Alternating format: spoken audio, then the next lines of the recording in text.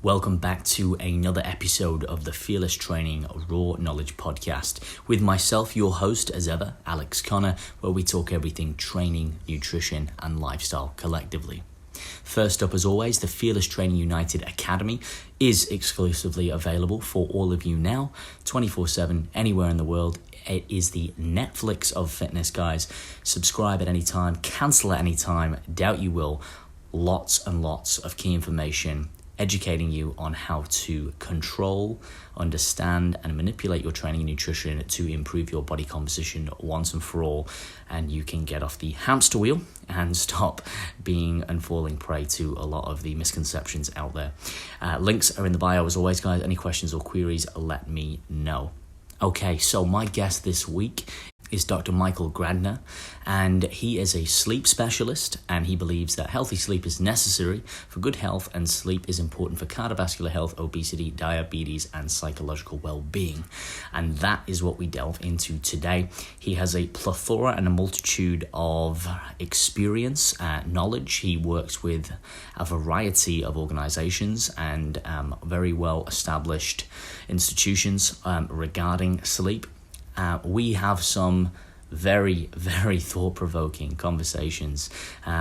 Sleep is something that I am incredibly interested in.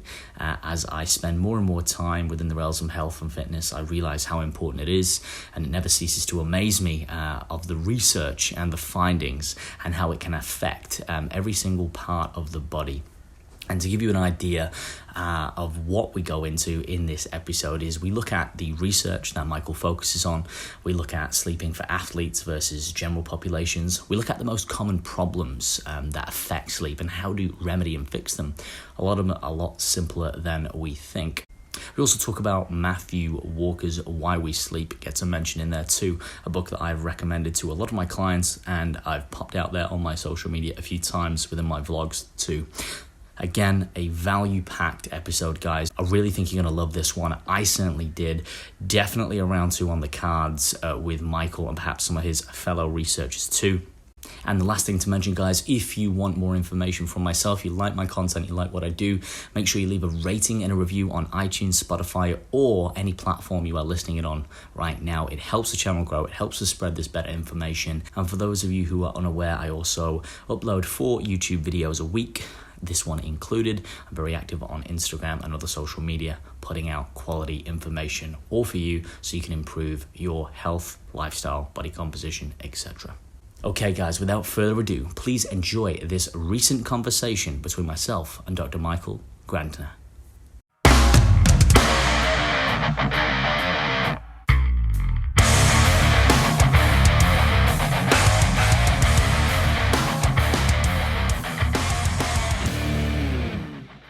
All right, so Michael, welcome to the Fearless Training Raw Knowledge Podcast, my friend. I appreciate your time and coming on today. How are you?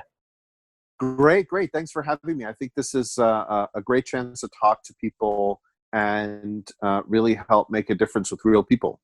Yeah, no, 100%. And, for those who are familiar with the podcast and those listeners out there who are familiar with myself, they know how passionate I am about sleep. For the clients listening, they know how frustrated I can be about sleep. So I think this will be, like you said, a really, really appropriate opportunity to share some, very, very valuable knowledge and perhaps lay some misconceptions about sleep, but also put it into perspective with, most importantly, some really key, actionable, real-world takeaways.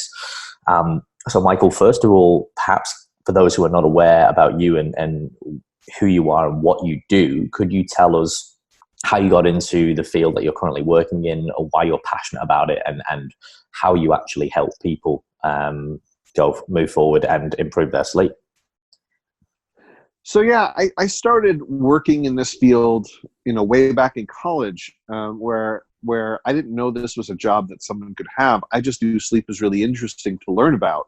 I didn't know that that this whole world existed, and so then I started volunteering in a sleep research lab, and sort of went from there. And so my background is, so I'm a clinical psychologist by training, which means that my training is on the clinical side in terms of diagnosing and treating a whole range of psychological and mental issues, but I've always focused on sleep because that was the most interesting to me. And then on the scientific side, my day job mostly is sleep research, where where I do some teaching, but also mostly studies and research and running a lab and writing grants and papers and contributing to the scientific output. So I mean that's my world is studying sleep, asking scientific questions, running studies, seeing patients, and then also doing some education and developing programs where I can. I mean, I also do some work with athletics programs and other companies and tech development and other stuff to really help bridge what we know about sleep from the laboratory into the real world where we can really make a difference. Yeah, and you have quite a versatility and a wider range of skill sets, which I think is important these days as we move forward. We talk a lot about specialization, and people say I'm a specialist these days, and of course we don't want to be generalized, but we do need general knowledge, I think, to bridge the gaps between fields, to actually put the pieces together, and I think that's a bit of a gray area. I know that a lot of sleep researchers generally, they can also come from a sort of a more neuroscience background, if you like Matthew Walker, from my understanding, which we'll touch base on. But it's how it all sort of links up, and it comes to a point, I guess, where again you need that multitude of information because you can better communicate it. So perhaps something I'd really love to do, and it might sound really simple, but could you, before we move on, let's just put some context in for the listeners, define what sleep is, I guess, in a more mechanistic and clinical sense, and kind of put that into, I guess, a more absorbable definition for most people. Because when you ask people, it might sound silly, but what is sleep? People just go, it's something you need because, you just have to have it. You have to rest. It's like, yeah, but why? Perhaps could you share with us something or a definition that you usually explain or put it across to people so they can get a bit of a better perspective of it, or perhaps frame it differently? That's a great question. So there's a couple different angles you can take. One angle you can take is, why do we sleep? Mm-hmm. And the answer to that question, a lot of scientists, you talk to a sleep scientist, you say, why do we sleep? And we all know that the correct answer to that question is, we don't still know exactly why we sleep. But that's not true. We actually do know why we sleep. We sleep because it's a fundamental part of our biology. We sleep for the same reason we breathe. We sleep for the same reason we eat and drink water. I mean, sleep is a biological requirement for human life. That's just how we're built. That's why we do it. We do it because we're built to require it. But that's not really what people are asking. And when we say we don't know exactly why, what we're saying is we still don't fully understand all of the different things that sleep does. But that's not a problem. We still don't understand all of the functions of the skin. We still don't, much less all of the functions of the brain, much less understand all the functions of the frontal lobes of the brain. Like these are rabbit holes that go down deep. And just because we don't know everything doesn't mean we don't know anything. And so we do know that sleep is a fundamental part of our biology, and why? And what are the things that it does? Two ways to understand that might be, in terms of getting to your question of how would you define sleep? The first way I would talk about this, especially for listeners to help wrap their head around why it is that we sleep and what is it. Sleep represents the overlap of two separate but related processes. One is the rest activity rhythm, and the other one is the biological 24-hour circadian clock. And so these two things are overlapping with each other so that our rest activity rhythm overlaps where the rest period is in the nighttime of our 24-hour circadian clock. So what this means is many species on Earth have rest activity rhythms. Even if they don't sense light and darkness, evolution figured out a very long time ago that you can't do everything all the time at peak efficiency biologically and optimize survival at the same time. Mm-hmm. So every organism, I don't know about every organism that's been studied, even down to microscopic worms, have rest activity cycles where these rest activity cycles isn't just they go for a while and they stop and they go and they stop. It's that they're these planned, biologically necessary periods where you're going and then pulling back.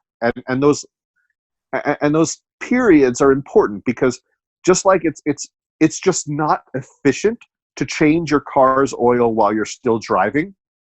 It's just not efficient to perform lots of different biological functions while you're still actively engaging with the environment. And there are a lot of biological systems that are just more efficient to do when you're more cut off. And so they aggregate together into these rest activity cycles where you need to be active, like humans, for example, need activity to do things like find food, find shelter, interact with each other, reproduce. All these sorts of things happen when we're awake. But while we're engaging with the environment and taking in information and putting out information, we're not as good at integrating, sorting, maintaining, things like that. We're not, when the stores open and the customers are in the halls and the cashiers are at the register, we're not optimally functional at restocking shelves too. And so that's why we have these rhythms. Now, they could happen at any time, but it's no coincidence that they also happen at night. So, because we also have these 24-hour circadian cycles. Mm-hmm. So lots of systems in the body work on 24-hour cycles. It's just, why? Well, there's lots of potential reasons why. But one reason is that, again, evolution's not an idiot. One thing that's consistent about life on Earth for billions of years, Pangea existed and split apart. Dinosaurs came and went. Ice ages came and went. The one thing that has never changed is the light-dark cycle. The Earth spins on its axis and rotates around the sun in a perfectly predictable way, or almost perfectly, at least biologically. And rather than ignore this fact, we developed biological relationships with light. Even plants who have no eyes have relationships with light. The light cycle becomes part of how they function. And so light-dark cycles sort of gave rise to these 24-hour systems. Again, since all systems don't operate perfectly 100% of the time, having these cycles helps them be in sync with each other, especially because these cycles are essentially set to an external clock, being the sun. We have our own internal clock that we evolved that's about 24 hours, but we still use the sun and light to help keep them in sync with each other. And so sleep represents, to some degree, this overlap between the light-dark cycle of our body. So we've evolved a system where our rest activity rhythm coincides with the night, when we can't see very well, when it's better to pull back and we disengage from the environment in predictable ways, which we call sleep stages, that allow our body to do the work that it's just not very good at doing while we're interacting and functional with the environment. So I know that was kind of going on for a bit, but I'm hoping it helps people understand that sleep isn't just you ran out of gas for your day and now you're just refilling, like you're just resting. It's actually part of this much larger context of the fundamental building blocks of our human biology. Yeah, no, that's great. And it's super interesting stuff. And again, no, please go off and extrapolate and, I explain it more because this is why we have this beautiful platform as a podcast. Yeah. An opportunity for us to do more long form content. And my listeners know I really like to get into the weeds because again, I think we're doing ourselves and our listeners an injustice if we oversimplify things. I think there's other platforms for that like Instagram, YouTube, etc. And again, I really like to get into the weeds. So no, I think that's absolutely great. Yeah. Well, thank you for explaining that. And even with that explanation, like you said, we start to see this is not, like most things in the body, a one-dimensional thing. It is multifaceted, right. And it's not fair to go, oh, it's this, it's just one thing. It's like, no. Let's again, it's about critical thinking, right? We want to think of things not binary, but again, we want to think of things from a larger perspective. So I think that's a really good sort of place to springboard into, perhaps now with that context for the listeners, focusing on some of the things that you do within your research, and that is the interrelation between behavioral aspects and how they actually affect other systems and processes in the bodies, like cardiovascular disease, diabetes, obesity, etc. Perhaps could we unpack how sleep actually relates to those things, and strategies that you put in place to overcome them? Or perhaps even first, I guess, why sleep even affects and can contribute to, an increase of those health risks, within the body, because a lot of people struggle with them. And again, it's something that is overlooked. It's like everyone's trying to, pump medicine into the body. And it's like, well, okay, maybe that is something we still need to do, obviously from, again, other physiological perspectives. But again, we're neglecting this one thing that is free, that could be, one of the biggest contributing factors to improving those health markers. So could we unpack that a little bit, please? Sure. Let me list off a few pathways linking sleep with this constellation of obesity and cardiovascular disease, diabetes. They're all sort of related to each other. It's all this cardiometabolic disease. So there's a few pathways involved. One has to do with, and I'll get to the behavior ones eventually, but let's start on the physiologic level. One is just the basic function of metabolism, and metabolism is, specifically referring to how your body manages energy, how it stores energy, burns energy, how it does it efficiently or inefficiently. And one of the things that we're learning more and more about is, in cells on the molecular level, there are these interactions that take place that have to do with using insulin to transport glucose into cells so that they can be used to generate energy. And what's the machinery of that? And it turns out that much of that machinery is sleep dependent, and circadian. So for example, cells are built to take in more energy during the day. That makes sense. Yeah. You're when you're supposed to be asleep, you're not supposed to be having to react quickly to things. So that's so you're optimizing glucose transport for different times of the day, and that involves the insulin system. So insulin being the hormone that secreted by your pancreas, and one of the main things that insulin does is it helps bring the glucose into the cells so it can be used as energy. Without insulin, the glucose is just floating around there in your bloodstream, not being able to be used. And that's why people with diabetes have a high blood sugar, because the high blood sugar means there's all this sugar floating around your blood. You don't have either your cells, it's too much for your cells to even use, or your insulin's not working right. So that's where this blood sugar comes from. So some of the things that sleep does, and also how this is tied into the nighttime version parts of circadian rhythms, it not only helps optimize your cell's ability to just process energy efficiently at the molecular level, it's also that whole system that involves insulin sensing and secretion and sensitivity on cells. All that whole system is related to sleep-wake, where sleep helps maintain that system so it runs properly. It was discovered about 15 years ago now, or maybe almost 20 years ago now, that if you take a young, healthy person with no medical history who looks perfectly healthy, and if you want to make them look like they're diabetic, sleep deprive them for a few days, and then measure the insulin and glucose in their blood, they start looking like they're becoming diabetic. And that's because you're disrupting that system. I mean, the good news was that after they gave those people 2 nights of good sleep, they recovered and they looked back to normal. But I think it speaks to the importance of the glucose insulin system. Another important system that's involved here is inflammation. So we think of it, so inflammation is a key aspect of the immune system. And when most people think of the immune system, they think of fighting disease, right? That when we think of the immune system, we think of targeting bacteria and viruses and foreign agents in our blood. And that's a very important part of the immune system. And it's one of the main things the immune system does. But the immune system is also has a very, very important function that is not that.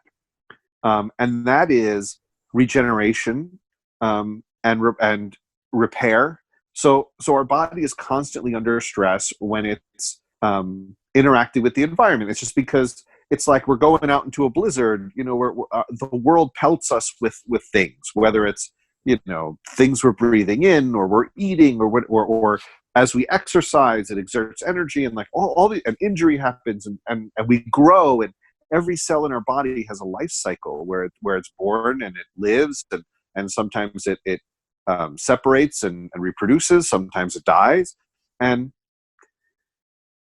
we need to have a system that manages that. How does our body know when a cell needs to be deleted and what it needs to be replaced with? How does our body know where to build new blood vessels, or expand them, or contract them, or to grow new muscle, or like all of these things that are dynamically happening in our body? So it's constantly growing and changing. It's the immune system that plays a very critical role here, because that's what's telling our body where to grow, how to repair, when a cell needs to be marked for deletion. Like all of that stuff is part of the immune system. And there's a reason why we're told to sleep and lay down when we're sick, because sleep and the immune system are very closely tied to each other. So when you're not sleeping well, and you're not sleeping enough, and sometimes if you're even oversleeping and sleeping too much under other normal circumstances, your immune system gets thrown out of whack. And what will happen is your body is not able to heal and repair itself properly on a fundamental level, which means that the blood vessels in the cardiovascular system, which is highly sensitive to fluctuations in the immune system, it doesn't work as well. So that's another pathway as an immune system. Other ones are things like sympathetic nervous system. So your fight or flight response. There's a whole biology underlying this. And how your body regulates the sympathetic nervous system is also highly sleep dependent. And so you can show, for example, that 24-hour patterns in blood pressure. First of all, sleep is supposed to lower your blood pressure for very important reasons that are tied with the sympathetic system. And when you're under extra stress, that doesn't work as well, and it can lead to more heart disease. Another one is the potential of changes in lipids and fats in your blood. So the liver, which manufactures all the cholesterol for your body. So most people think of cholesterol as an inconvenience and stuff in their food, where most of the cholesterol in your blood doesn't come from food. It comes from your liver. And your liver creates it. And evolution never really had a problem of too much cholesterol until very recently. Instead, we try and protect our cholesterol because it's one of the main ingredients in rebuilding cells. Is cell membranes, especially, is cholesterol. So we always want to have a steady supply so our body can rebuild and repair itself properly. Now, and it looks like when you look at the liver itself has a timing system where it tries to optimize the production of these cholesterols to help repair cells, timed to when the immune system wants to be building it, specifically at night during sleep, for example. And by disrupting sleep, you might be disrupting this whole system. Another one, and I'll list one or two more just to give people an idea that there's actually a wide range of things here. Another one is metabolic hormones. So like leptin, which is very important in satiety and reward processes from food, and ghrelin, which is a hormone secreted in your stomach that has to do with hunger. Both of those can get disrupted. And the endocannabinoid system, which promotes hunger and things like that, also gets disrupted when you disrupt sleep. So all of these biological systems that have to do with regulating your healing, repairing, cardiovascular, energy, metabolic processes, that they're all tied into sleep-wake, and where sleep plays important regulatory and maintenance functions. And when you're not able to get the sleep you need, you're not able to perform those functions optimally. And so, a slight, one or two bad nights isn't going to lead to disastrous consequences. It's what happens after days and weeks and months and years and decades that, your trajectory just becomes somewhere that's far from where you started. And then on the behavioral side, there's a few really important things. One is fatigue. Fatigue leads you to have less energy. Fatigue leads to all kinds of unhealthy choices. Another thing is decision making and cognitive function. So sleep loss impairs our ability to think properly. And when we can't think well, we can't make good decisions. And sometimes making healthy decisions is difficult. Whether to eat, one more piece of whatever it is you are eating, how many, should you go for the side salad or the French fries? Well, when you're sleep deprived, you might be more likely to be craving the extra energy and go for the more unhealthy food, even if your body doesn't really need it. The other thing is that when you stay up late, you get into a period where your body is not needing to take in extra calories, but you start craving energy. So you start gaining weight by excess nighttime snacking, because people are consuming way too many calories at night sometimes when they're not sleeping well. So you get a more unhealthy diet, you have less physical activity, you have worse decision making, your mood gets thrown off, your stress and emotion systems get thrown off, and all of that leads to this perfect storm of cardiometabolic disease. So not only do you have your body itself not functioning optimally, but all the things that will help, like being clear-headed and making good decisions and having energy and doing things like eating well and exercising and taking care of yourself, become harder when you're not sleeping well. Yeah, it's and that's very eye-opening as well. And I think it's fair to say that, once again, sleep affects multiple factors in the body and a lot of different systems. And again, it's not just that one thing, and it kind of correlates, and it almost seems as if it is a bit like a snowball where that gathers momentum. And as you said, it's not just about having one good night's sleep or a bad night's sleep. It's what you do over time which really contributes to that in the long run. And I think that's what a lot of people seem to get out of context.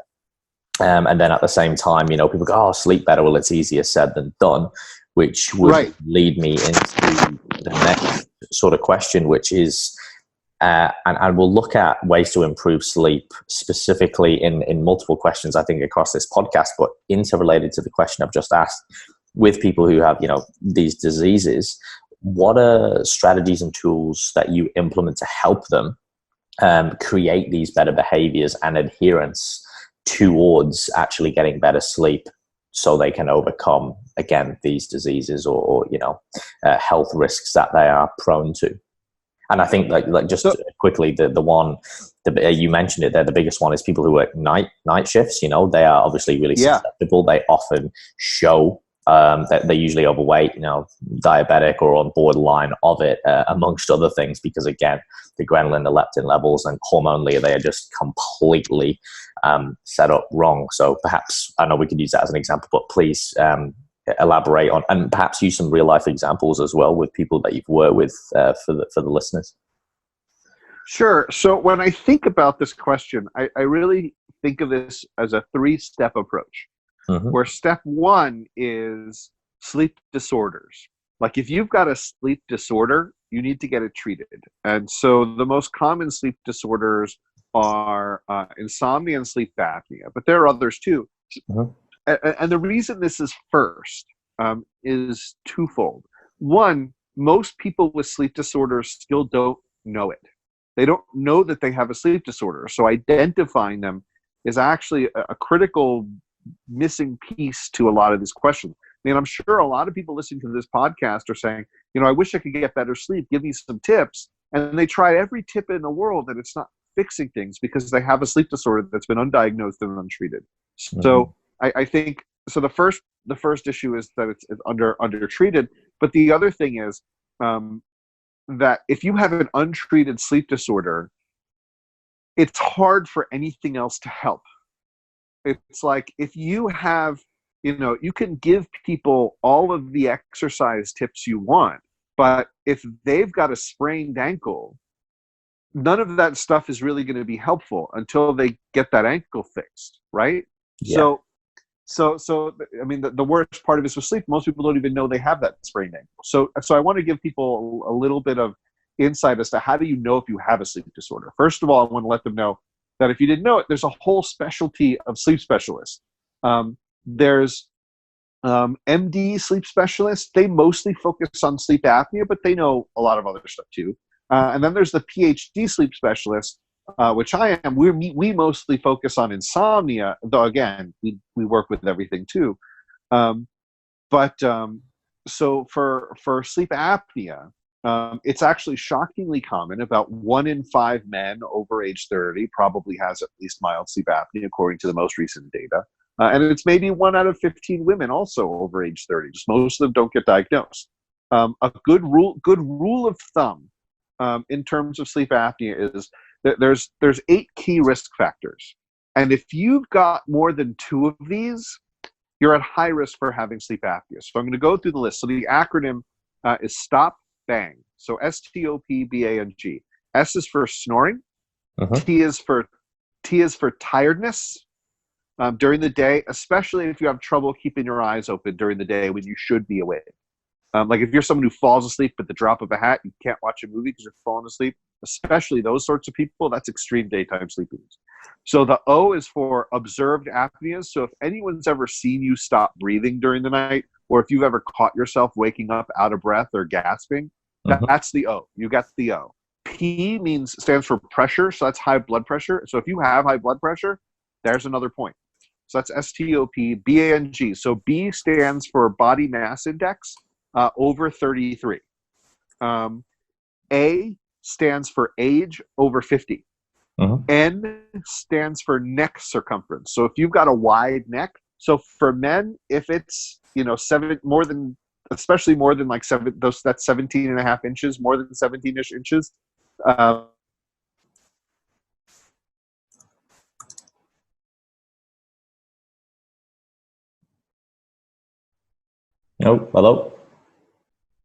Male over 50 with high blood pressure already has 3 points. So if you have 3 or more and you're experiencing symptoms and problems, it might be worth getting tested for sleep apnea. What was the G, Michael? You just cut out there for a second. Gender, male. Oh, gender. Right. Sorry. Beautiful. Got it. Yeah. So if you've got at least 3 points, seriously consider you might have sleep apnea. It's shockingly common. It's normal. It's not like a rare disease at all. It's a lot of people have it. It seems and it's better very getting common. treated. Yeah, it's extremely common. Like I said, the most recent data here is about 1 out of every 5 men over age 30 probably has at least mild sleep apnea. Yeah, I speak to a lot of clients, and they, sometimes this is a bit of an enigma in itself. They actually have bad sleep because of their partners, and I'm sure we'll cover that. Because they are actually what's causing them to not sleep. Because and I said, you know what, they should get in, and they won't get tested, and I'm like, I think they should get tested. Right. I mean, like if you so the thing is, untreated sleep apnea, especially if it's severe sleep apnea that's untreated, is a major risk factor for heart attacks and strokes. I mean, if you weren't sure if you had cancer, you'd get tested and you'd know. I mean, and that's the thing. You've got something that can cause a heart. I mean, there's which is one of the reasons this has been picking up in athletics, where you've had pro athletes who had untreated sleep apnea and died. And so a lot of the teams are now like, well, what did we miss? Like, this is a high priority area. We need to jump on this. Where a lot of people are still, especially men, especially in a disease that's more common in men. Men hate going to the doctor for anything. Oh yeah. So that's the problem. Often, so when I used to see patients at the VA, so there were veterans, and there were these, 50, 60, 70-year-old guys, or in their 40s or whatever. A lot of them would come in saying like, well, I don't think I need to be here, but my wife says she's moving out unless I come see you. So like, I'm here. This literally just reminds me of a client scenario at the minute. It is just like word for word. Yeah, it's so true. So that's a bit about sleep apnea. So for insomnia, there's 2 kinds of insomnia. There's insomnia with a lowercase I and insomnia with a capital I, right? Just like depression. Like everyone gets a little depressed about stuff, maybe for a few days, and maybe even for a little while they might feel very down about stuff, but they don't cross the line into like a clinical depression. And there's a spectrum. Sometimes you have depression symptoms that they'll resolve on their own. Sometimes it's caused by something else that resolves. Sometimes they're severe enough to get in the way of life, even if you don't cross the line into a medical condition. And maybe it might be worth getting treated. But once you cross the line into a depressive disorder, you need to get that treated. It's probably not going to go away on its own. And it's the same thing with insomnia, where lots of people have difficulty sleeping here and there. But there's a line where you cross into what we call insomnia disorder. And there's some good rules of thumb here. One is that you look at how severe your sleep problem is over how long. So the rule of thumb we use in clinic is the 30-33 rule. So 30 minutes to fall asleep at the beginning of the night, or 30 minutes during the night where you're trying to sleep and cannot. Like if you get up to go to the bathroom for 10 minutes, that doesn't count. You're not trying to sleep. But 30 minutes trying to sleep at the beginning of the night or in the middle of the night, at least 3 nights a week. And if it's been going on at least 3 months, and then you ask yourself, okay, are you giving yourself enough time to sleep? Are you setting your, is it just because there's a light on or something? If it's nothing like that, that's getting in the way. It's that you can't sleep even if you're trying to, and it's causing you problems during the day, then you might need to get that treated. That's sort of the line for insomnia disorders, this 30-33 rule. 30 minutes at the beginning or 30 minutes in the middle, at least 3 nights a week, at least 3 months. And your listeners should know that the recommended treatment for insomnia, the thing that is recommended by most medical organizations as the thing you should try first, actually they are almost all in unison recommending the exact same treatment. Even though lots of people do all kinds of stuff for insomnia, there is one treatment that is recommended as the first approach by everybody, and that's actually not medication. That is CBTI, which stands for Cognitive Behavior Therapy for Insomnia. And it has the word therapy in it, but it's less like psychotherapy. It's more of a training protocol, because the reason it works is that, so what it is, it's a training protocol that reteaches yourself to sleep. The reason it works is when you have chronic insomnia, part of the problem is that you inadvertently trained yourself to be awake in bed when you're trying to fall asleep. These are people who say they get into bed and their mind starts going and they can't turn it off. And then they'll spend all this time in bed. Even if they're exhausted, especially, they get into bed and they're tired, but they just cannot fall asleep. And that's because their brain sort of forgot how to sleep. It got used to being awake and unable to sleep. And so no matter what caused it initially, there's a learning process that happened. It's the same reason everyone hates going to the dentist's office and you're in a bad mood in the waiting room and nothing even happened yet. It's because you learn about that place. It's the same reason when you go to the gym, you can make it through your whole workout no matter how tired you are, because once you get there, that place triggers that response and you get into the zone quickly, because there's only a few things that you do there. And so you don't rest there, you don't eat there, you don't do all this other stuff. So once you get there, your body knows what to do and the environment allows you to take over. Just like with the dentist's office in a negative way. But what happens in the bed is supposed to do that for sleep. You're supposed to get into bed, and the bed's supposed to be the place where you sleep, and it becomes a trigger for sleep. But for many people, it's the opposite, where they get into bed and it sort of becomes, so people get into bed and they're like, well, I don't know if I'm going to be able to fall asleep or not. I might not. Maybe I probably won't. That is a signal that a learning process happened in the wrong direction. And so what CBTI does is it's essentially a training protocol where you reteach the brain to sleep in bed. It's actually one of the things I tell patients, it's a lot more like physical therapy than psychotherapy. But you need to have someone who's trained in how to do it. And there's directories online where you can find people and you can ask people if they know CBTI. It's different from there's CBT for depression and CBT for anxiety. CBT for insomnia is its own thing. It's much more of a training than like a therapy. Just letting people know that's out there. And it doesn't have the side effects that a lot of the medications have. It doesn't carry a lot of the same risks. And it actually does work head to head against the medications. It does work as well or better in about, if you give it the same 8-week time period, it tends to work as well or better in the short term, and it definitely works better in the long term. So that's why it's recommended first by pretty much everybody, even though it's a lot of practitioners don't know how to do it. It's usually psychologists, but other people can do it too. Nurses can get trained on it. there's people out there who do it. If you're having trouble finding somebody, so you could get a referral to someone locally. I mean, if you're looking to see, there's a couple directories out there. Actually, there's one website, the website is just cbti.directory, which is hosted by Michael Perlis at the University of Pennsylvania, where he's put together a list of all the people he knows who does this. I don't know how international the list is. I know it's international. So if you're in Australia, right? Correct. Yeah, in Australia, Australia is one of the best places in the world for this. There's people at a number of different places around Australia. So Monash has a great program. Flinders has a great program. Adelaide. I mean, there's Sydney. There's a bunch of great programs. A lot of them are university affiliated because a lot of times it's researchers doing this. It's a very science-based approach. Sure. But there's people out in the communities. If you have trouble finding people, you'll have, your users will have access to my email in any kind of show notes or whatever you have. I'll give out my email, and anyone who says, hey, I listened to you on this thing, how the heck do I find somebody? I'm happy to write back and help people find people. Anyway, so that's CBTI.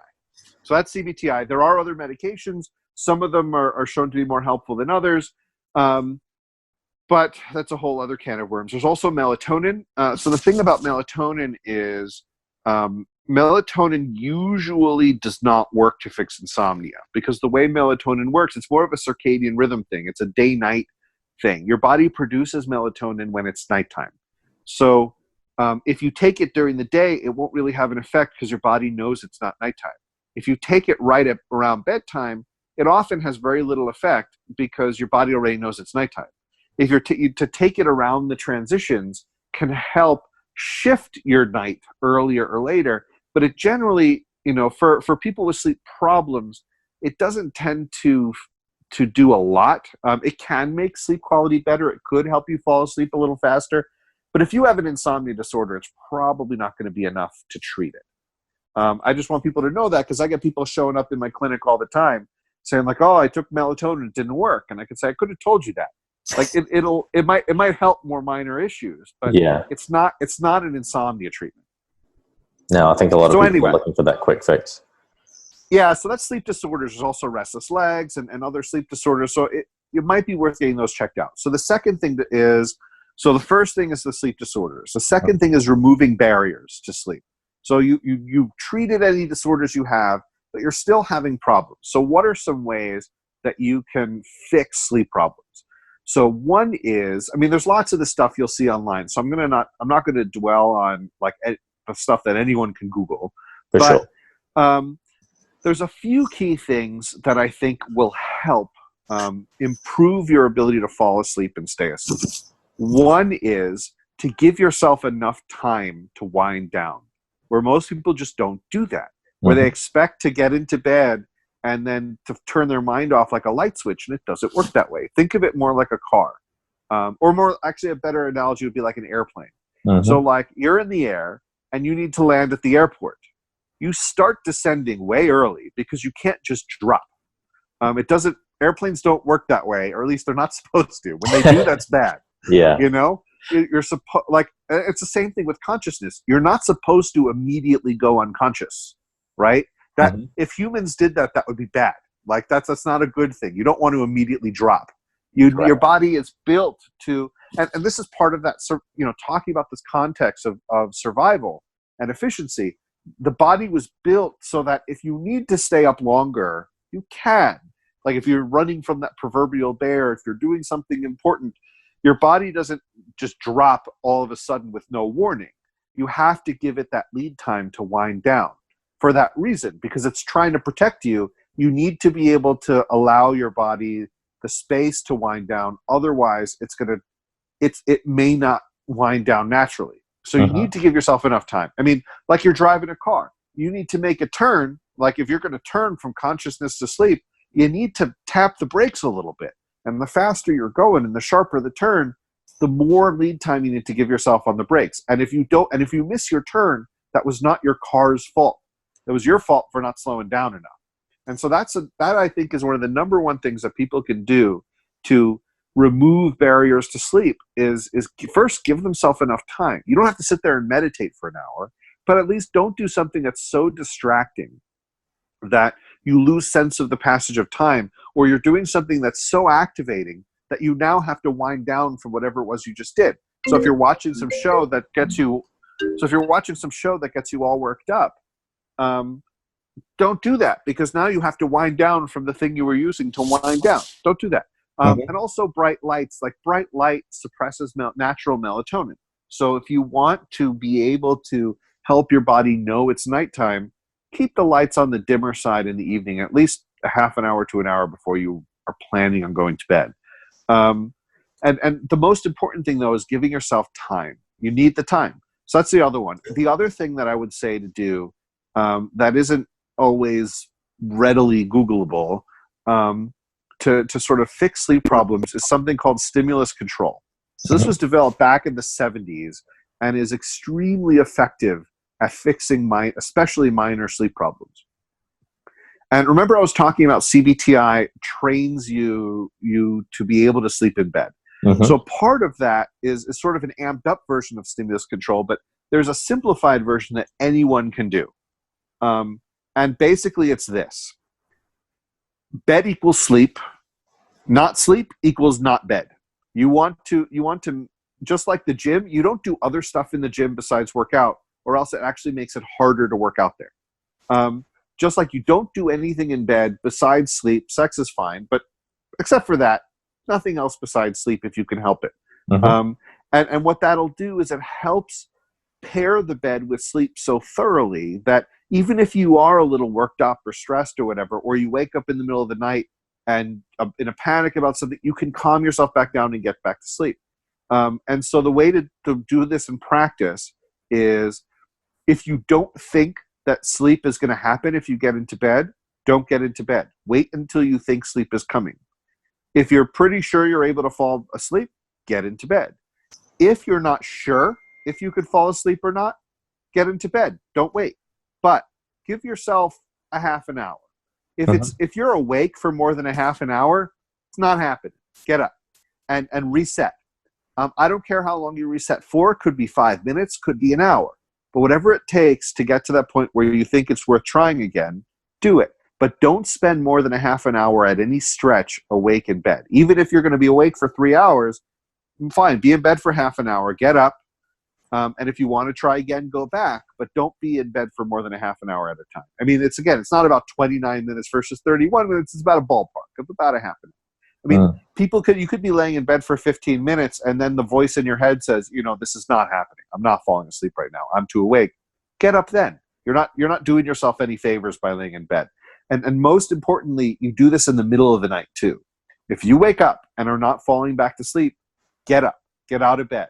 And then you'll say, well, what if I sleep less? I'll be more tired the next day. My answer is, good. You'll be that much more sleepy the next night. You're actually investing in your next night's sleep by not spending extra time in bed awake. You might buy yourself a few more minutes of sleep if you go back into bed, but by getting out and maybe making yourself a little more sleepy that next day, whatever it was that was keeping you up, you now have extra ammo on your side and extra pressure to get to sleep the next night, and it'll help smooth all that over. And also, one night of poor sleep is probably not going to cause any pretty bad outcomes anyway. I mean, people are afraid of like, well, what if I don't sleep as much tonight? You weren't anyway. Tonight is what it is. What you want to do is you don't want to make the problem worse. And that's a surefire way to create an insomnia where you didn't have one. And it's if you can't sleep, you don't get out of bed. Yeah, because then you're associating the bed with no sleep. What are your thoughts on reading as well? Because I know a lot of people like to read in bed. What are your experiences with that? So two thoughts about that. One is, for some people, getting out of bed is a problem. Sometimes it's something as dumb as, I have a dog, and if he hears me get up in the middle of the night, he's up and I got to take him out, and then my night's over. Or it could be someone who's like, look, it's painful for me to get up, or it might be dangerous because it's too dark and I don't want to bump into anything.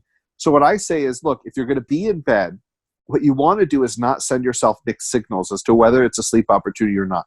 You want to make it clear that when you're in bed not trying to sleep, you couldn't fall asleep if you wanted to, which usually means sitting up, usually means you're not under the blanket, it usually means your head's not on a pillow, and if preferably, optimally, you're not even in the part of the bed that you sleep in. So maybe you're at the side of the bed, or the foot of the bed, or something. So you can do that.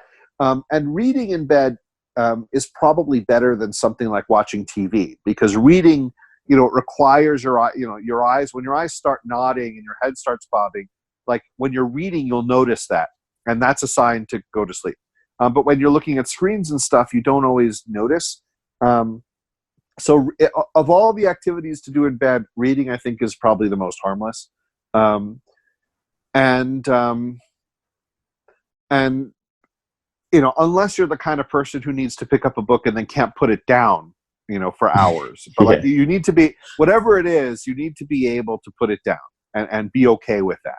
So some people can watch one episode of a show and put it down. Some people can't. Reading is probably the best, but for some people it's not optimal. So it's not necessarily for everybody. So first was sleep disorders. Then it was fixing all the minor sleep problems you have, mostly by setting yourself up for success rather than trying to micromanage it, really. Then the third thing is optimizing. And so what if you sleep fine? Could you sleep better? And I think for those people, there's a few things you could think about besides the stuff like, just being religious about stimulus control and rigorous about giving yourself enough time to wind down and all this stuff.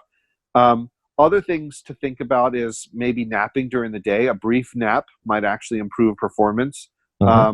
Things like insulating yourself at night from light and sound, so like a fan or white noise machine or earplugs and eye masks. I mean, some of the best sleep technology is pretty cheap. Simple. And they work. So they can help. So when people say I wake up during the night,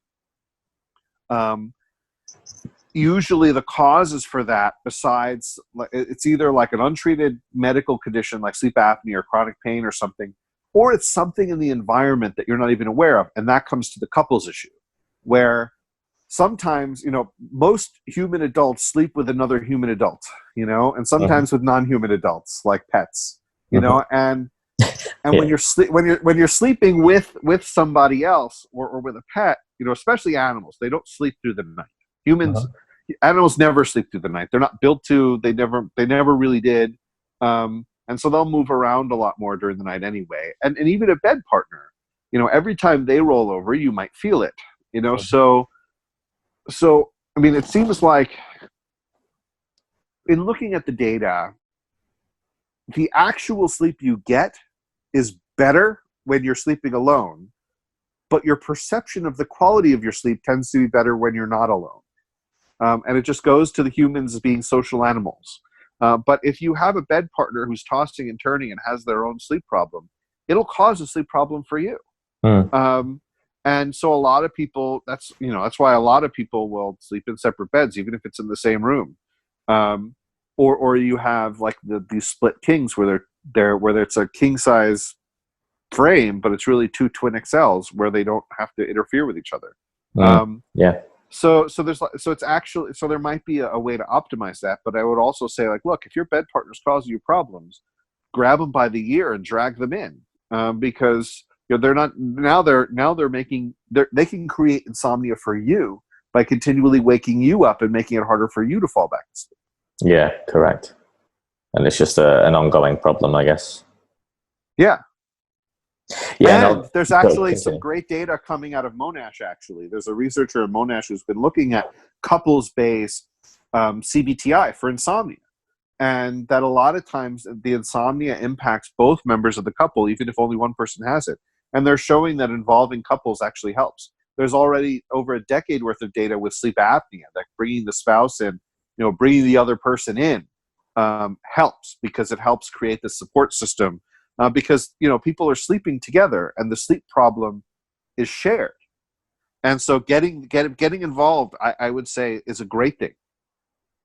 Yeah, I think that's a really important point as well, because again, it's such an intimate thing, even with Yeah. your partner, that you're sleeping, that you need to acknowledge it again, not just from the standpoint of support, but also I think even just the actual knowledge itself. If your partner understands what it is you're going through, what you're diagnosed with, what the strategies are, then like you said, they can help actually I guess hold you accountable to that, and perhaps prevent or again imply or implicate any of the knowledge that gets administered, whether it's through CBTI, etc., or even again, I think another one, which is again, these are the little things that slip through the cracks. Your partner might be someone who reads or is on their laptop in bed. You're trying to sleep while they're on their laptop. Right, that affects you. It's kind of a little bit selfish, where it might be like, hey, you just need to have these conversations, obviously in an adult way, where look, this is not acceptable, or this needs to be a place of sleep.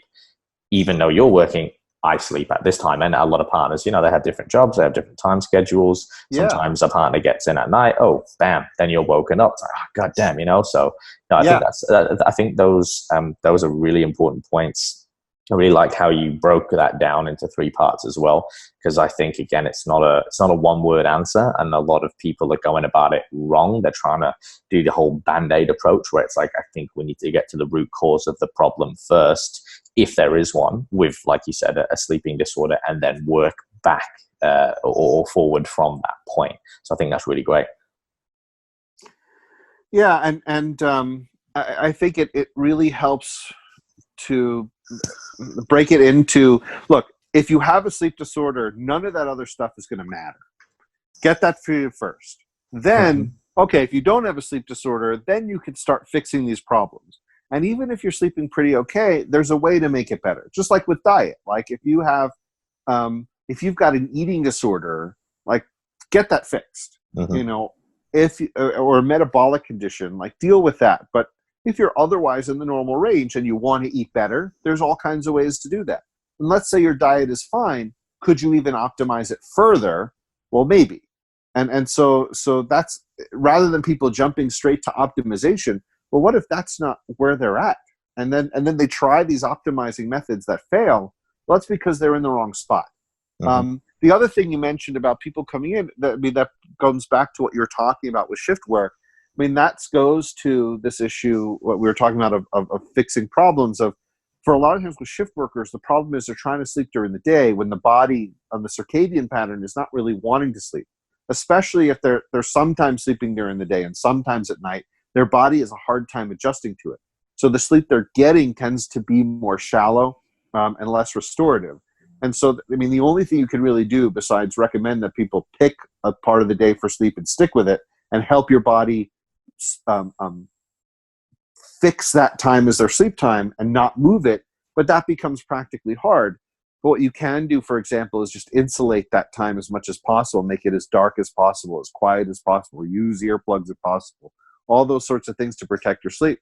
The other thing that'll happen is where you wake up will play a big role. So that's why most people, when they have an awakening in the first hour or 2 of the night, they'll probably fall asleep pretty quickly again, or they might not even remember those awakenings. Whereas if you're waking up after 3, 5, or 6 hours, and sometimes you have a hard time getting back to sleep, there's actual biological reasons for that have to do with you're just dissipating your sleep pressure around times you'll have normal awakenings, or some people have a harder time going to sleep then, and that's normal. But if you're going to plan an interruption for your sleep, don't plan it in the second half of the night, is what I'm saying.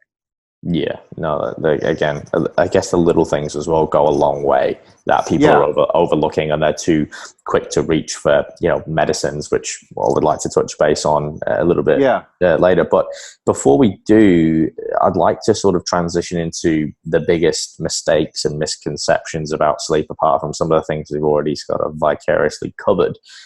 When you work with people, or things that you see on social media, might be people when you're interacting, when you're giving seminars, symposiums, etc. Questions where people just go, oh, this is my belief, and you go, oh, actually, that's not quite correct. So what are the biggest misconceptions and mistakes about sleep that you come in contact with? So one thing I want to say, and you could post a link to this. A colleague of mine, Rebecca Robbins, wrote a paper that I was on it and helped write, where what we did was we actually did a study on sleep myths and looked to see what some of the common sleep myths were, and sort of debunked a bunch of them. And so there were 9 in particular, but and so I can send you a link to that. That would be great. But in the meantime, so this is, it's a slightly different issue. But in the meantime, the 3 biggest things that I think people have a hard time with wrapping their head around in terms of myths about sleep. One is about sleep duration, and that's either I need to get 8 hours or everything's terrible, or it's I'm doing fine on 5 or 6 hours because I feel okay. Both of those are wrong. And they're wrong because we don't, on the one hand, we don't know exactly how much sleep anybody needs. There's no blood test for this. But we do know that on average, people getting 7 to 8 hours of sleep do fine, are most likely to be at low risk for all these things. And the further you deviate, the more your risk tends to go up. But it doesn't have to be exactly the same all the time. There is flexibility in the system that if you feel like you can't get enough sleep, like you just, no matter how much sleep you get, it's just not enough, and you're getting 7 to 8 hours, it might mean that actually there's something with your sleep quality, something's keeping it shallow, like an undiagnosed medical condition or something, or untreated. If you're getting 7 to 8 hours, you should be feeling relatively well rested. If you're not, that would be a question for a sleep specialist to try and figure out, are you just at the edges of the normal curve, or is there something missing there? The other thing is, on the low end, people think that they're adjusting to less sleep. And all the laboratory data shows that people think they're adjusting, but they're not. So, for example, we did a study on drowsy driving that showed that the less sleep you get, the more likely you are to nod off at the wheel. Not terribly surprising. But when we restricted the analysis only to people who said they were totally 100% well rested all the time, like in the last 30 days, they were totally well rested. Those people were also, it was how much they slept that predicted drowsy driving, not how well rested they thought they were. Which just goes to show that the lab findings bear out in the real world that people have no clue how sleep deprived they are. And the more, and if you're getting 5 or 6 hours, you're more likely to do stuff like nod off at the wheel and make poor decisions and all this sort of stuff, no matter how well rested you think you are. Clearly, there are people out there getting 5 or 6 hours and doing fine. I don't think that those people don't exist. It's just, statistically, you are not likely to be one, whoever you are. I would, rather than how you feel, I would go based on more observable metrics. Like, do you have energy throughout the day? Do you feel like you have trouble making it through the day? Do you feel like, do you have problems with weight? Are you having problems, with any kind of health stuff or energy stuff, or like anything that's a little more directly, do you feel like you have a short fuse? Do you feel very stressed out? Like, do you feel like you don't have enough time? Those sorts of things, might be a clue that actually you're not sleeping enough. You just might not realize it. So that's a big one, is how much sleep you get. Another big one that people have is that sleep disorders are rare. They're not rare. They're actually very, very common, and they're also highly treatable.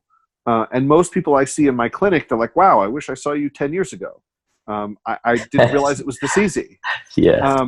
They're actually, sleep problems are easier to fix than things like diet and exercise, and a lot of other medical conditions. Sleep disorders are highly treatable. Most people just don't know they have them. So that's the second one. A third one that I think a lot of people don't quite understand is really that sleep is rest. And sleep includes rest, but sleep is actually highly active. It's true that your body burns less calories sleeping than being awake, but it's not that much less. It's maybe the equivalent of, I don't know, about a slice of bread per hour in terms of extra calories burned versus not. It's really not that big of a difference. Your body is very active during sleep, and your brain is extremely active during certain parts of sleep. I mean, your body's also resting during parts too, but it's a very dynamic process. It's not just like, it's not idle. Your body's not just on idle and, rejuvenating by inaction. It's actually a very active process. And that's why when people say they don't have time, that I think, and that's what I would want to say is the biggest misconception that people have, is that they don't have time to sleep. So, and this is sort of a point that I want to emphasize, is that what if I could give you that time? So we did this study in college athletes who are usually very overscheduled, and they don't have time for sleep. And we did an intervention that increased their sleep time by over an hour. And the majority of the extra sleep they got, they were already spending it in bed. We just helped their sleep be more efficient. And by increasing their sleep, we got them to be more efficient during the day. So actually, by increasing not only were they able to find the time, because we helped teach them how to do it, most of that time they were already spending in bed anyway. So they didn't actually need to sacrifice nearly as much time as they thought.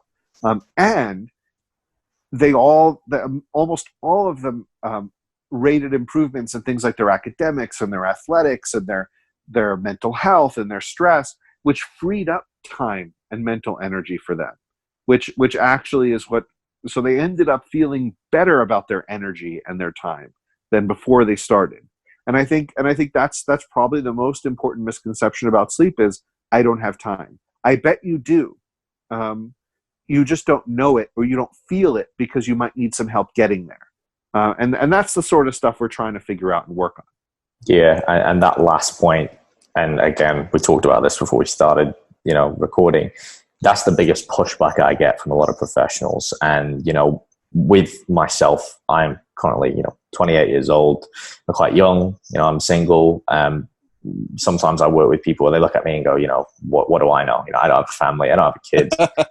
to them, I've not got a busy schedule. Although, I'd like to think without being biased that, but I like to say I'm productive rather than busy. I do have a lot going on, because I'm not just an exercise, a strength and conditioning coach or a physique coach. It's, for me, I'm doing podcasts and I'm editing. I'm putting, what I'd like to think is great information out there with my YouTube and doing online coaching. I don't think people realize that. But at the same time, getting the buy-in sometimes off the more experienced individual, or I find people who, have, are in higher job thresholds, CEOs, etc., they have this constant block in their mind, like, oh, I can't, like, I've got to work. You don't understand, like, I have to do this job, and it's really hard. So would you have any advices for those people, or even for myself or other practitioners like myself who, perhaps are in a position where, or what might appear to be our lifestyle is, a lot easier.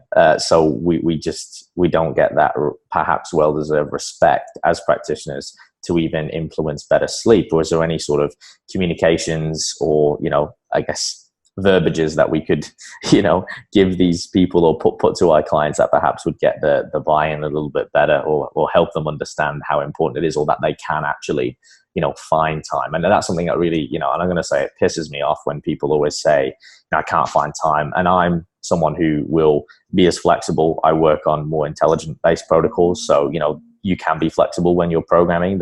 You can get a lot less, but at some point, the client's got to come to the party. You've got adherence. You've got to do the minimum. So what are some, I guess, strategies or your experience with that in improving, adherence or getting the buy-in? So one of the things I told the athletes was, what if I told you I had a routine for you to do that would take between a half an hour and an hour, that could improve your athletic performance by, depending on the outcome, depending on the study and the sport, between 9 and 30%. Would you do it? And I said, okay, well, what if you have to do it for like 30 to 60 minutes a day? Would you do it? Okay, well, what if you could do it in your room? And the main side effects are that your grades would go up. You'd be better able to manage your weight. Your relationships would get better, and your mental health overall would be better. And you'd have more energy during the day. Would you still do it? And you could do it in your room. You don't even have to go anywhere out of your own bedroom to do it. Like, what if I told you I had a routine for you to do, a set of exercises that took 30 to 60 minutes that could get you all of those outcomes? You don't have to do it every day, but would you do it pretty much every day? They said yes. I'm like, all right, I got it. Like, this is what you have to do. I mean, you have to see that extra 30 to 60 minutes of sleep, and especially for these college students, where a lot of them are not even getting the recommended amount. It's not about trying to get them more is better. It's that these are people who weren't getting enough, and their quality wasn't very good. But I said, if you improve your sleep, these are the benefits you'll get, but it will require some time investment. Is that worth it? Are these outcomes worth it to you? Rather than see sleep as a cost of, a lot of people live paycheck to paycheck with their sleep. It's like, how much time do I have left today to spend? It's like, well, today I'm eating ramen noodles for sleep, because I've got no time. That's a good analogy. Yeah. And the thing is, once in a while that's fine, but that's no way to live. And that's not a long-term solution. Really, what people should be seeing sleep not as how much time they have left at the end of the day. They should see it as, what are they going to be investing in tomorrow? So I mean, I see my own sleep when I'm deciding, okay, when am I going to go to bed? It doesn't have to do with how much time do I have left at the end of today and how much I have to do, because there's always more to do. It's how efficient and productive and clear-headed do I need to be tomorrow? Where it's really about the next day. Tonight's sleep is about tomorrow. It's not about today. And I think that's a change in mindset, where people see sleep as how the number of hours they have left after they're finished, but nobody's ever finished. And so, at least not in our society. And so that's why we need to see this separately. And I think that the thing about Ryan is it's you don't take a get good sleep or else, where I think for some people that helps, where it's like, well, if you don't get enough sleep, you're at risk for Alzheimer's disease, and you're at risk for diabetes and heart attacks, and you're going to die sooner, and all this stuff. And while that might be true, that's from a behavior science perspective, that's not very motivating. No. Like telling people that if you smoke you're going to die doesn't lead many people to quit smoking. No. The truth is, life is much more complicated than this, and it's not about telling people you need to eat your vegetables or else. It's, who do you want to be? Like, who is it that you're trying to become? Who is it that you're trying to embody? What are your values? What do you want to say that you did? And what is going to get you closer to being that person, or to doing those things that will define success for you?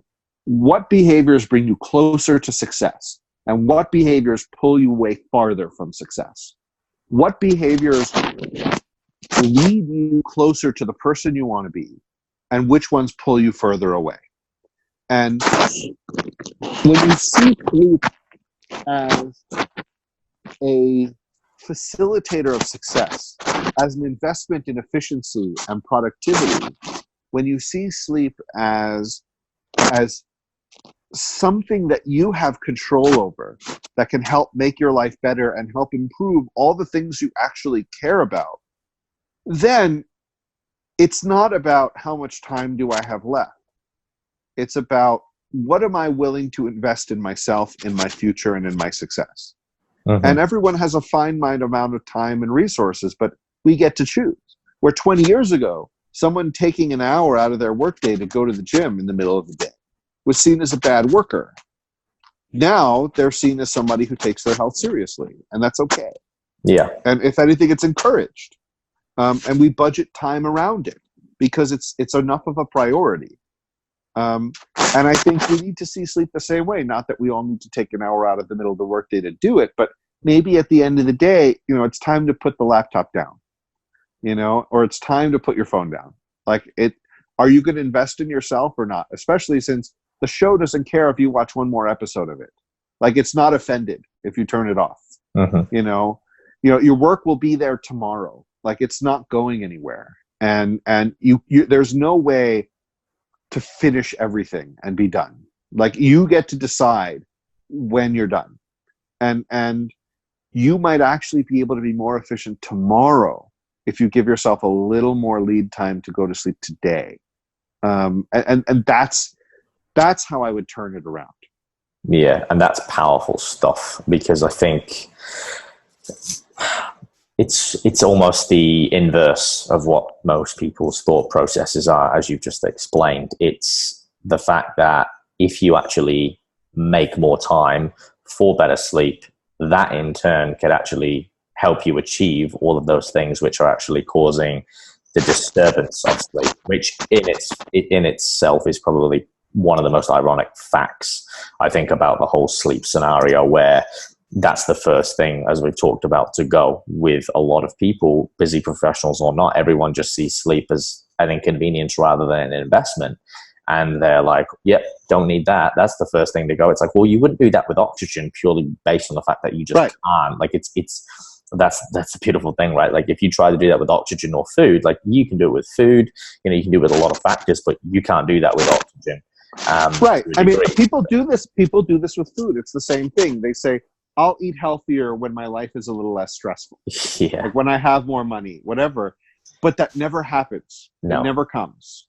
We always find a reason to push it off. And if someone comes up to you that says, I know my diet isn't good, but I'm not going to make any changes now because I don't have time. I don't have time to eat healthy.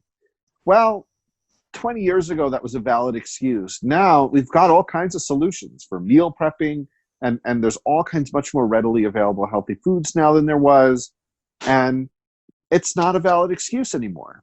And we're just not quite there yet with sleep, but it's the same thing. We make that excuse that I'll eat healthier when I have more time. Yeah. But that's not really a valid excuse anymore. And it's the same thing with sleep. Actually, if you ate healthier now, you'd be better off. Correct. There's a way. You should be motivated. Instead of waiting for everything else to get better, you should be motivated to solve it's a solvable problem. And if this is a priority for you, you can make it happen. You can do it. And I can help you, the proverbial I, whether it's me, whether it's you, whether it's whoever's saying this message, you're not alone. We can all help each other figure out a way to make this work. I mean, nobody, like, you're right. Nobody says, I'm going to start drinking clean water once I have more free time. Like, that sounds stupid. Yeah. Like, and we know that because it's just, with sleep, it's a little easier to put it off. But what we don't realize, we get into the cycle where poor sleep is feeding bad productivity, which is feeding poor sleep, which is feeding stress, which is feeding more poor sleep. And sometimes it's the sleep that you need to change first before you change the stress and all these other things.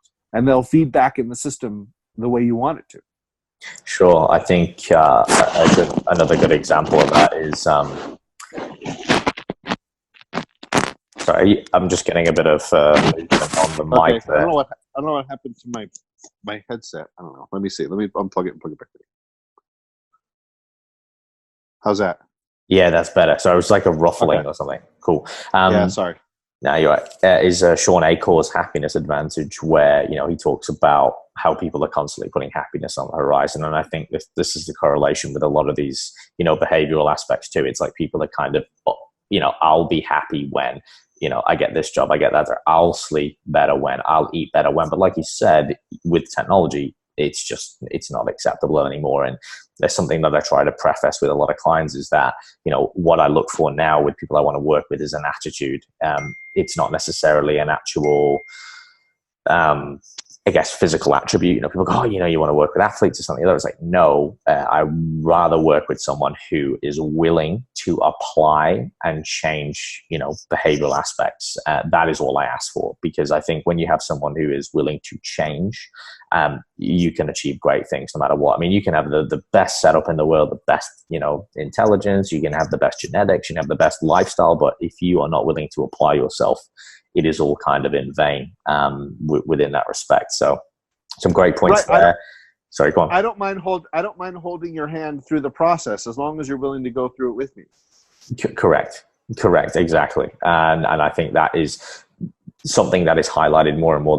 The more I work in the industry, from what I can see and again, I'll use a really simple perspective for the listeners. There are two types of people, not really, but again, if I just had to categorize it, again, I'm just oversimplifying here, so excuse me. And people will say, how come Joe or Monique and Jeremy got results? I'm like, well, they followed protocol and they still had challenges, they still had adversity. They just decided that, like you said, they decided who they wanted to become, and they made a change. And I find that, you get to a point with a lot of people, if you are pushing up against a wall, and they either evolve or they stay the same. They go back, and, and perhaps that's not the right time for them. But when people decide to make that change and they go, enough is enough, that is when change occurs. And again, it's a simple thing to say. It's a very complicated task to achieve, I think, for a lot of people. Something I'd like to touch base on now, and we kind of mentioned it there a little bit, is perhaps the actual negative outcomes of more acute sleep deprival. So, people think, I didn't get one night of sleep. And people think, oh my God. I'm going to tie this up a little bit into a multi-part question. And that is then also, Matthew Walker's Why We Sleep. I know that's been very popular on the market, but I know that based on some literature that I follow, apparently some of the claims and the inferences weren't quite correct, and it's left people a little bit like, oh, actually, maybe that's not quite right, and they're a little bit over scared, shall we say, versus again, some outliers. So people think, oh, I'm that person who can get away with 3 to 6 hours sleep or whatever it is. Maybe slay that myth if that is an actual genetic mutation, what we know about it. I'll give a real life example. I actually do work with there's a personal trainer in my facility, and he literally gets 4 or 5 hours sleep. He is perfectly healthy. He is never tired. This is based on what he's telling me and what I can observe. He's sharp. And I'm like, wow. And in the back of my mind, I'm thinking, is he one of these people, or is it, he doesn't have biphasial sleep based on what he's telling me. I don't think he naps in the afternoon. So I'd love to kind of unpack that. So I guess first, acute negative outcomes of sleep, the reality of it. Matthew Walker's Why We Sleep, whatever you have to say on that. And then again, whether these outliers or these genetic phenoms exist, if you will. So for the first part of the question, if you're coming from a place of strength where your sleep is relatively good, 1 or 2 nights of poor sleep is not going to impair your performance very much. It's sort of like just like with diet. If you have a healthy diet on average, and you eat, a bacon cheeseburger, you are not going to die.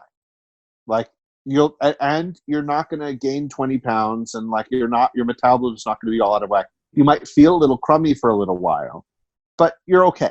You'll be fine.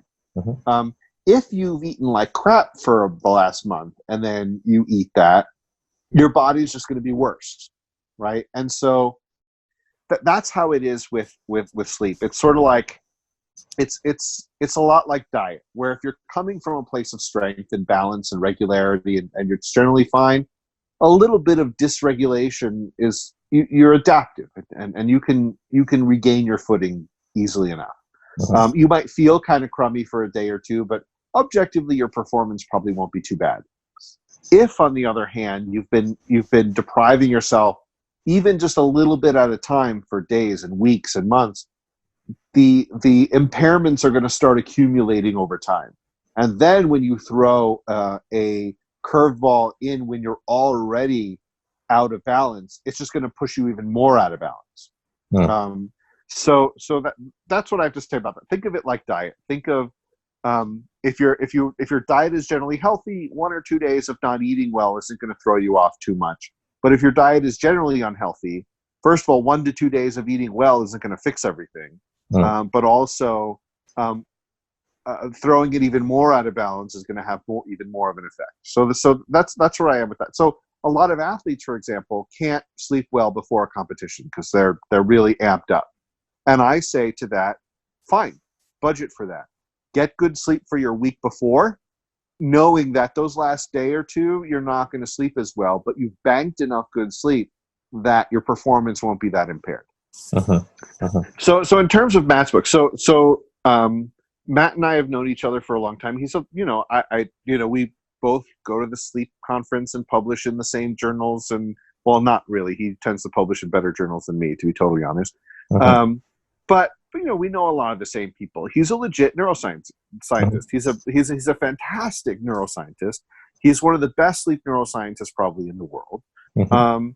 He's also a great communicator. And I bought his book as soon as it came out, seeing who it was from, because, you know, I trust him because he's one of us. He's not a person writing a book about something he doesn't know about, you know, or there's a lot of great sleep books written by non-sleep experts, like journalists who did a lot of independent research, and the book is great, but it's not telling their story. Like, it's not telling their story as a sleep expert. And then, you know, and there's some books by sleep scientists that tend to be so focused on sleep disorders and fixing insomnia or whatever, that they're not about sleep health in general. And Matt did a really good job about of helping to show everybody why sleep was important. And it's come under fire where sometimes it comes across a little too much as get good sleep or else. And you know, I don't think there's much that he's saying that's incorrect or wrong. There are some things that are interpreted a little further than I might. But then again, he like I said, he's a much better neuroscientist than I am, because I'm a psychologist, not a neuroscientist. But he's also not a clinician. And so he's an educator. He's a great teacher. But some of the clinical stuff I might have couched a little differently. But that said, I actually really like the book. I think it's done much more good than harm. But I think there are a subset of people who take it a little too far. And maybe, and I know for a fact, because I've talked to him about this, that's not the intention. The intention isn't to scare people. The intention is to shake them up a little bit and help people realize, look, we're coming off of 50 years of sleep research showing people that sleep is really important, despite everyone else saying, well, what's it even good for? Do I have to do it? And I think he's done a fantastic job showing people why sleep is important.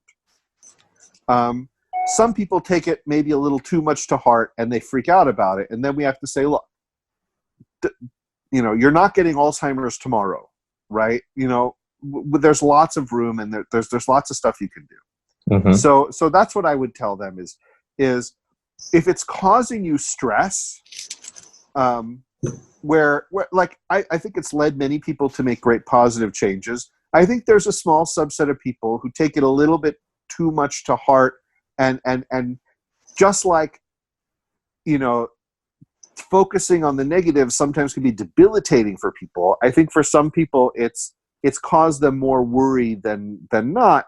And for those people, I would say, don't worry. If you think you have a problem with your sleep, there's sleep clinics. Come in. They'll ask you the right questions. If you've got a problem, we could probably fix it. If you don't, you're okay.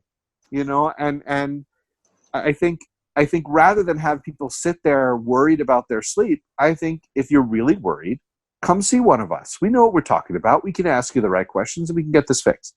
So I guess my take on Matt's book is I actually think it's great. I think it's done a lot of good. I think there's a few claims in there that go a little further than I personally would take them. I don't think he says anything that isn't backed up with some evidence behind it. I think some of the evidence is stretched a little further than I would stretch it, but I don't think he's saying anything or I don't think there's much in there to you can nitpick a detail or two. Like he mentioned, like one thing he talked about it being a World Health Organization epidemic, where the World Health Organization had led some initiatives to improve sleep, but they never used that word, where like it was actually maybe on the CDC's page or whatever. Like you can nitpick some of the details, but I think the overall points in general are generally true.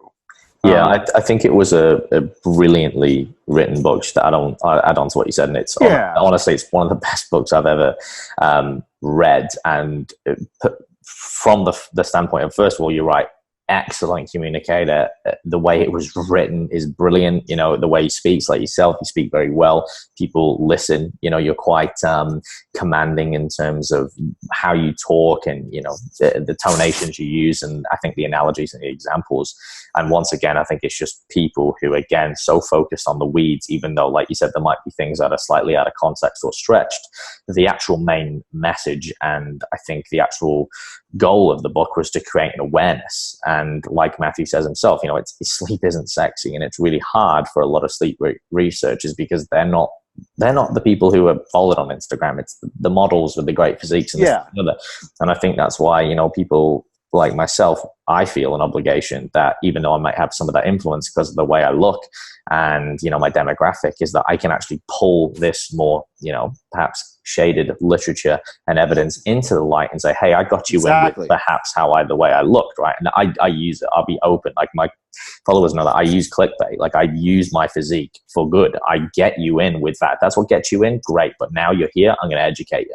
And I stand by that. I stand by that, and I think people will be like, oh, that's not maybe the right way. And I'm like, well, ethically, like, it is, because I'm not like trapping them and then trying to sell you some, something that you don't need. I'm just trying to inform you and say, hey, look, if that's what got you in. It's like people who exercise, if you got into it for a vain reason because you wanted to impress girls, or you got picked on, it's like, great, but that's not the reason that will keep you going over time. Right. So yeah, I just want to back up what you said. I think that's great, and I appreciate your take on it, because again, and Matthew, someone who I've reached out to as well. I think he's still on a sabbatical at the minute, if I'm not mistaken. But yeah, again, great communicator. You can always pick things apart from the the specifics. But I know that I have gifted this book to people. I have referred people onto this book purely based on the fact that it's more absorbable, I think, for a lot of, I hate to use the word general population, but it is, because of the entertainment factor, and it has had a massive positive effect on their sleep, and it's improved adherence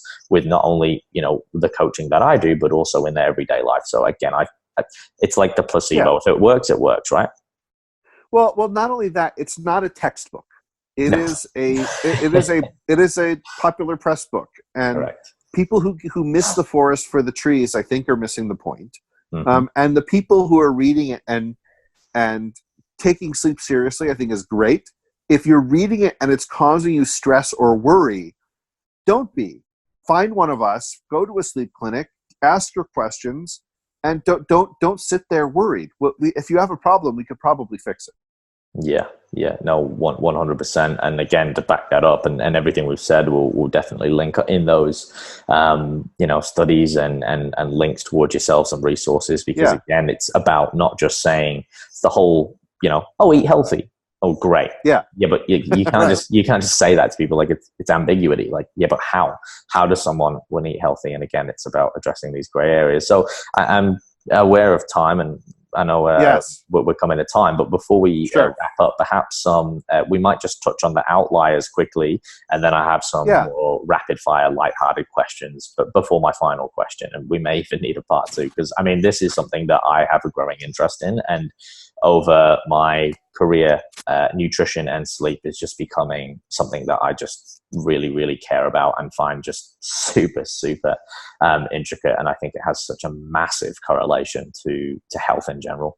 So very quickly about the outliers, I can answer this quickly, that there's no blood test to know. There's some genes that have an increased likelihood of something or other. But, right now we don't know. The most I could say is, if you're getting 7 to 8 hours, you don't feel like it's enough, something might be up. If you're getting 4 to 5 hours and you think that's totally fine, look for some of the signs that you might be wrong. If you don't see them, maybe you're fine, unless some of those start emerging. I mean, we don't really have a really good way. And I'm not going to be the person that says everyone needs 7 to 8 hours of sleep, because there's nothing in the universe that applies to every person. Not everybody needs the same amount of protein. Not everybody needs the same amount of, energy. Not everyone needs the same amount of light. It's hard to know. There's probably a curve, and there might be people on outliers of the curve. Yeah. Since we don't have a test to be sure, all I can say is you're probably, enter the assumption that you're not an outlier. Test that assumption, but. Scientifically speaking, you might be. We just don't have a way to confirm it. I would just say, assume from the beginning you're not, and look for evidence for that. But if you don't find evidence for it, then maybe you are. Yeah. I mean, there certainly are genetics to sleep, to resilience.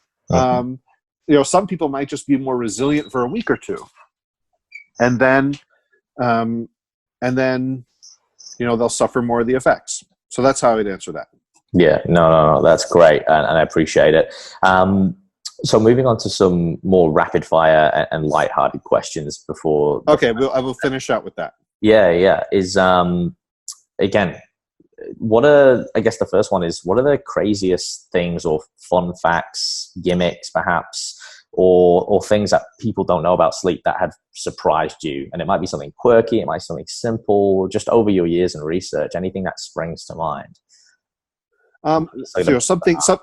Something very quirky that's very surprising is that people talk about REM sleep as being very deep, but it's actually very light sleep. Your brain is very active, but you're also paralyzed. You're actively paralyzed, because that's when a lot of dreaming happens in REM sleep, and otherwise we'd be acting out dreams if we weren't paralyzed. So that's sort of a weird thing. And so when people get sleep paralysis, sometimes when they wake up out of REM sleep and their body is still kind of paralyzed, even though they're awake, they can worry about that. But actually, medically, it's probably relatively harmless. It's just, the state transition didn't happen very smoothly. Yeah, no, that makes sense. And I think there's a lot of claims on. I think that's when people think they're being abducted or aliens or spirits. Yeah. And stuff is a big one for that. The second, before my last question, is can you identify a fear within your life that you've had? It might be small, big, that you've overcome, and what you learned from it. Maybe, one would be, so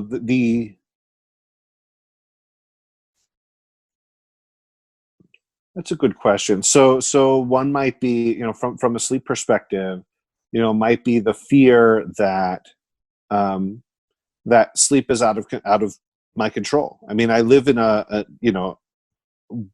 the world I live in. There's a lot of people who, don't sleep very much, even though I mean, I've gotten to the point where my sleep is pretty good.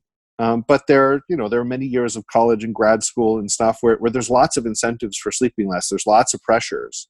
And for a long time, I remember years in college, for example, when I was afraid that I'd never be able to get my sleep under control. But I was able to. I mean, and most of it is once I learned more about how it worked, I was able to do the stuff I needed to do. And the change wasn't rapid, but it eventually worked. Yeah, no, I think that's a really good one, because I think a lot of people will correlate and, sort of be able to empathize with that. And my last question, Michael, is any lasting thoughts that you want to share that, again, it might be related to sleep, it might not be, that people can do to just improve their health, well-being, and lifestyle? Yeah, I think a great point to end on is this idea that sleep it's a good thing. It's not about a threat. It's not about, get sleep or else, that it's not about a waste of time. Sleep is a good thing, and it'll help you be more productive. It'll help you be more clear-headed. It's giving your body what it wants to work as well as possible. And, it just helps tip the scales in your favor. And when you see it as an investment rather than a cost, it might change your perspective on it. Yeah, and I think that's a really appropriate way to finish what's been a really intriguing podcast, and you've been very generous with your time, and I really appreciate it, Michael. For those people who want to find out more about what you do and stay in contact, what and where are the best places? And of course, I will put all these in the show notes below as well, guys, for you all listening. Yeah, I mean, the best thing is if you just go to my website, michaelgrandner.com, I've got an email list. I've got contact information on there. I'm pretty easy to get a hold of through my website. Yeah, no, fantastic. And again, I'll put all those links in below, nice and simple. And once again, Michael, thank you for your time. I know I've learned a lot. I've really been looking forward to this one as well. And I think there's a lot of myths we've slayed and a lot of great information that people can take away from this one. So thank you again for your time. And guys, for everyone listening, make sure you like, subscribe, and of course, leave a rating and a review on iTunes, and share this around with people, because I think this is something people definitely need to hear. So Michael, thank you once again for your time. I really appreciate it. All right. Thank you very much.